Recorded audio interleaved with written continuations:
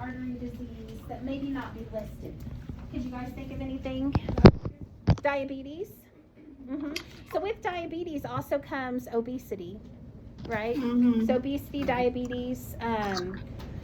Do you guys remember what is considered the bad cholesterol? LDL.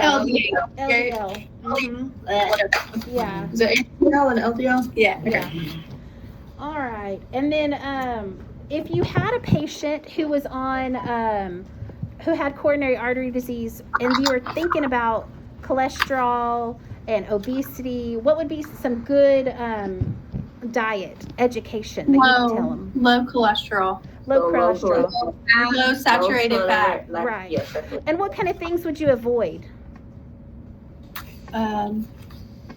Fried food. Yeah, exactly. Fried food. So you would want to do more like baked chicken, vegetables. You would want to stay away from your fatty foods, greasy foods, your red meats. Yeah. Okay. Very good. All right. Let's see. So talking about chest pain. Okay, your angina. One thing you need to know the difference between stable angina and unstable. Okay, so if someone has angina, what are some classic? Let's see. Well, first off, I'll go ahead and tell you. There's one question on the test that I think is absolutely stupid, and you're going to get one of these questions back. Okay, I've already decided. So if you have one question that you're like, that makes no sense, know that Miss Sarah already knows that, and I'm already taking it out when it comes to chest pain. So, but you do need to know the difference between stable and unstable. Okay. One out of okay, got it. Yeah. Now, let's see. Watch it be the one I get right. You never know. You never know. What blood test do you think could possibly attribute to chest pain? I don't know if you guys went over this in lecture, but something that it's not really on this PowerPoint, but it contributes to chest pain? Yeah, it could. Is that the ALT and AST tests? Yes. But actually, I'm just going to go ahead and tell you guys this, because this one is something, it's not on your PowerPoint, but your hemoglobin. So if you have low hemoglobin, it could contribute to chest pain because of the lack of oxygen to your heart. So when your heart doesn't get enough oxygen, it starts beating faster and harder, and to kind of compensate. And then a lot of times when that happens, some people could have some chest pain. So that's just, you don't ever really think about low hemoglobin being a contributing factor for possible chest pain. So that's me basically giving y'all a test question. So the We ain't telling. The low hemoglobin means there's not enough oxygen in the blood. So that means your heart is going to overcompensate and try to work harder. And sometimes that can cause pain. Okay. Yeah. Yeah. Okay. So when you have a patient come in with chest pain and you give them nitro, what's the dosage? How do you give nitro? Every 5 under the tongue. Every 5 minutes, 3 times. Under the tongue, yes. And basically, don't forget, it's not just I'm going to automatically give this to you every 5 minutes. You're going to assess the blood pressure and you're going to assess your patient. So like if your patient gets 1 nitro, and then you wait that 5 minutes, you're going to ask them, what's your pain scale? You know, what's your chest pain? Because they could very well, 1 nitro could fix them. Okay. You could go through all 3 nitro and then them still have chest pain. Okay. So you're going to want, but you won't give any more. Make sure that you know, most of the time, the 3 doses, we're talking about the pill form, okay? But also know nitro comes in different forms. It comes in a spray. A lot of times, some people, I think like paramedics use the spray that kind of sprays in the mouth. And then there's topical, the NitroBid. It's a paste. When you give the paste, when you pull it from the Pyxis, there's an individual serving size, and then there's a piece of paper. This little piece of paper has a little graph on it, like a little line, and you put the paste from one end all the way, because it says like an inch of nitro paste. or half an inch. And on your little sheet, it'll have the inches, and you just put it on that line. And then you make sure you clean the skin, and you put that side face down, and then you tape it on with and then you put your name, initials, the time.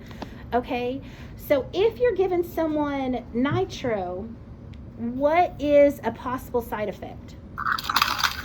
The classic. Respirations. Low respiration, Low blood pressure. low oxygen, Okay, low blood pressure. These are things, low blood pressure. These are things that could happen, but there's one that like 98% of the time it is gonna happen. Headache. Absolutely, headache. That's great. That's Yeah. right. So that one, Miss Brand said that like 10 times.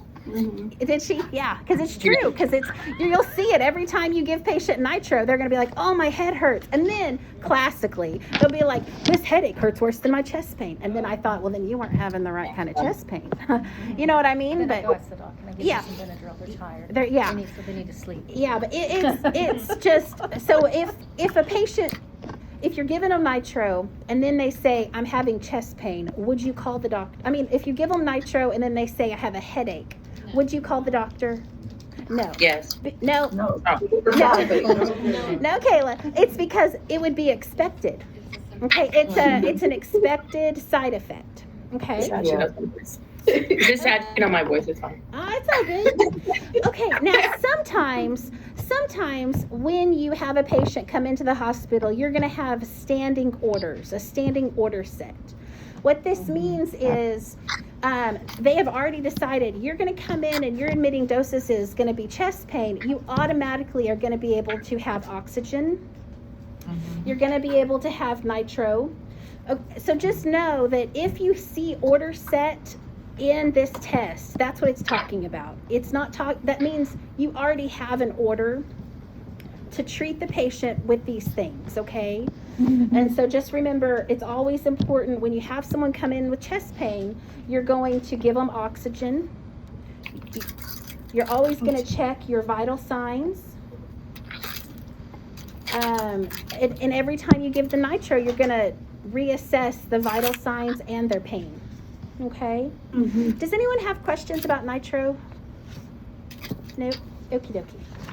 Well, that's all I have to say about that. Okay. Okay. Let's see here. Okay, now on your MI, your myocardial infarctions.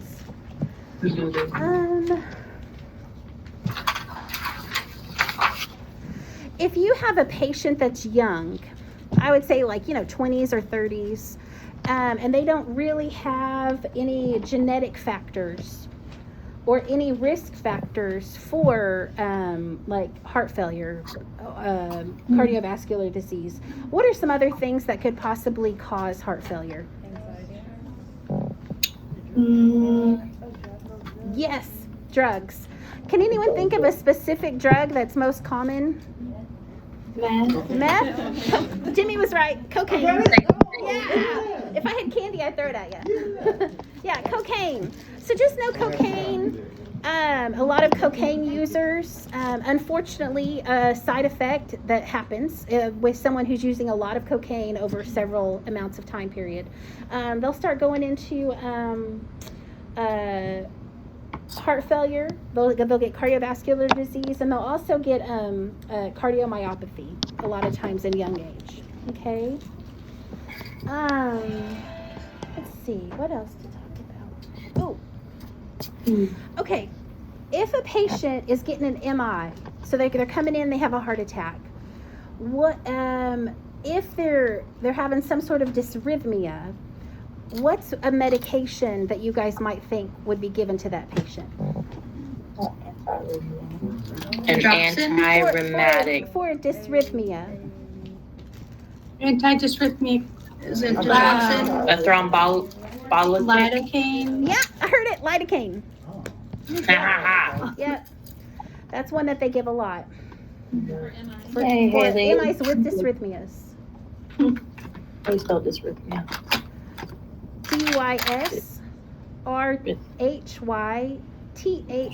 DYSRHYTHMIAS. Thank you. Okay, now what are some lab values that could show up on a patient's lab if they're having an active MI? Hemoglobin. Troponin. hematocrit. And so the troponin would be what? Elevated. Elevated. Do you guys know what a normal troponin is? 0.03. And honestly, it depends on your scale of reference. Most hospitals I've worked at is 0.03, but you have to just kind of look at your reference. That's what Miss French said too. Yeah, it's true. Yeah, that reference is real important. What did you say the one was, Miss Sarah? Troponin, elevated troponin, and then another one is your CK-MB. Creatine kinase. Creatinine, And your, kinase, myoglobin yeah. binding. I just remember myoglobin. That's all I remember. You know what? When I was reading this, I had to write that down because I knew someone was going to ask me, what does that stand for? And I was We like, totally Googled that. I was like, I already had it written Don't let down. 'em fool you. Because We I was Googled like, it. someone's going to ask. CK-MB, and you might also see it CPK-MB. You'll see it either way. You might, okay, CK-MB or CPK-MB. CPK. Yeah. And that's Yeah, three. M like Mary, B like boy. Those are the two. And Creatinine, kinase. And then you also could have an increase in their LDH, an increase in their AST, and an increase in their, it's called SGOT, serum glutamic oxaloacetate I can't pronounce words. Just say SGOT. I wrote that one down too. But. I'm gonna hope everyone knows. Okay. Now, can you guys tell me what are some signs and symptoms if your patient's having an MI? Nausea, dizziness, Mm-hmm. anxiety, ashen color, hypertension, Okay.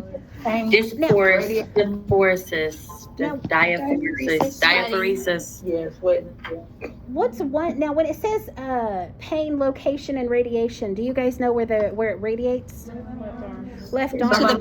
Some of them is in the back. Thank yeah. you. That's exactly what I was looking for. A lot of times, women are having an MI, a lot of times they will have back pain, stomach pain, nauseous. It'll really feel like you're having reflux, but it'll also have back pain with it. That's what Miss French said too. Well, She did. she's pretty smart, guys. She's pretty She smart. made sure to tell us that several times Yeah. that women have it in the back. They sure do. So she told you and I told you. You think it might be important for your test? Yes. That's, I didn't know that. Pain. Yeah. Okay. Okay. And crushing headache. Bye. Have a lovely day. I'm glad. We'll see you tomorrow. Yes. Okay, now earlier we talked about troponin giving headaches. Could someone explain to me why? Anybody else? Why does not troponin? I'm so sorry. Nitro. Why does nitro give people headaches? Intraocular pressure. Dilator. Opens everything up. What is it dilating? The blood vessels. Blood vessels. So it gives pressure to that, There's more blood flowing, so like a rush of to your blood. head. Yes. Okay, what's the answer? You guys are all pretty much spot on. You're right. It What did is. you just say, Keely? It is doing that. It's opening up your. I'm so sorry, guys. Like we're better. Just talking so much. You're absolutely right. So it's opening up your coronary arteries to get more blood flow to your heart. But in the process, it's opening it up all over. And then you're having more blood go to the brain, and it's causing that headache. Okay.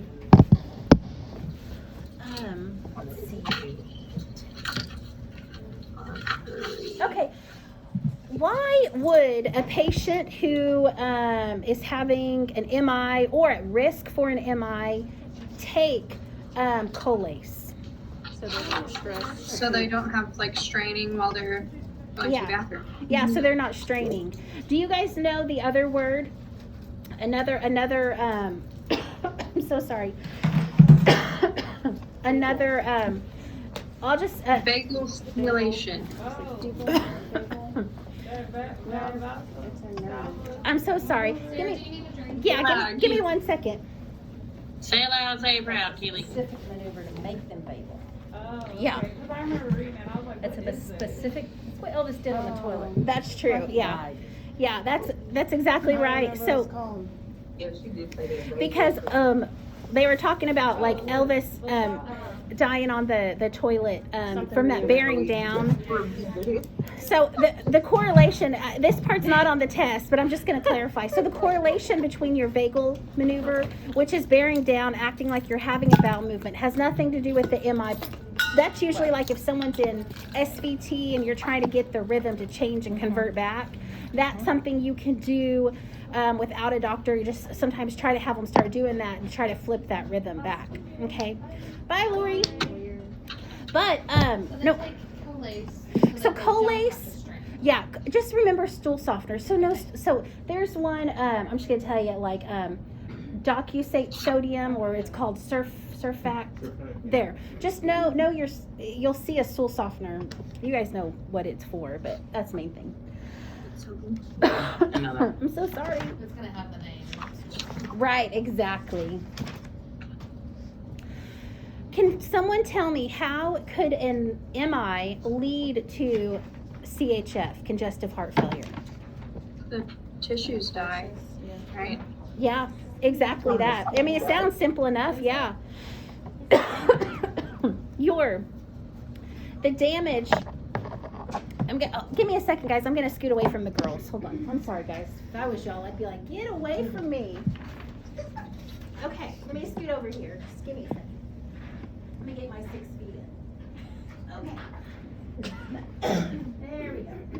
Sorry, guys. I just feel better getting away from y'all while I'm coughing. Okay. So, that's exactly right. The damage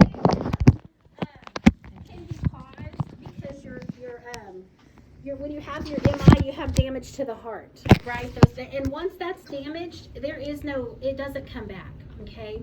And so that could make the heart have inability to pump. So it's not pumping properly, okay? And because of that, it could lead into heart failure, okay? So it's not uncommon for people who have MIs to also then go into heart failure. If they survive the MI, then they're going to have heart failure, most likely. So MI leads to heart failure? Not always, but usually, Okay. because of that damage to the heart.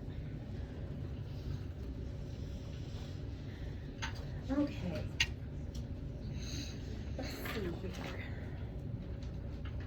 Okay, let's go over to the, I don't know what page number y'all have, but it's the valvular rheumatic heart disease.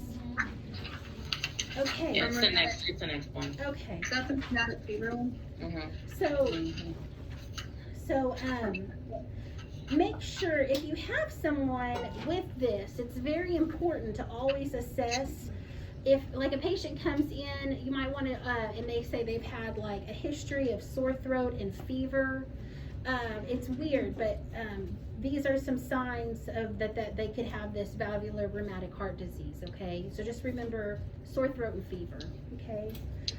Thinking it from strep, right? Yes.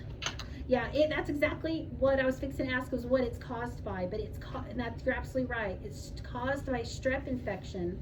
It'll be like streptococci infection of the respiratory tract that was not adequately treated. Okay, so then it turns into the rheumatic fever, and it can give you this rheumatic heart disease. Okay. All right. But can you say that one more time? Caused by what? It's called by streptococcus. Mm-hmm. It's called by strep that's been left untreated for too long. It can cause rheumatic fever, yeah. So would that be like an issue if somebody like doesn't fully finish their like, antibiotics for it and Mm-hmm. Yeah. went in the fully? Okay. Absolutely, yeah. You guys need to know the differences between pericarditis and endocarditis. So make sure you look up those definitions and know the differences of those two. Okay. What's the second one? Between, Endocarditis and pericarditis. where's the endocarditis one? Endocarditis. I'm sorry. Do you guys have that where it says the endocardium? Mm-hmm. Okay. Is it? Oh. Endocarditis is right underneath that. On the top. I see this one. So make sure. What, darling? Are you still talking about it? Yeah. So, Yeah. 12. So make sure you know the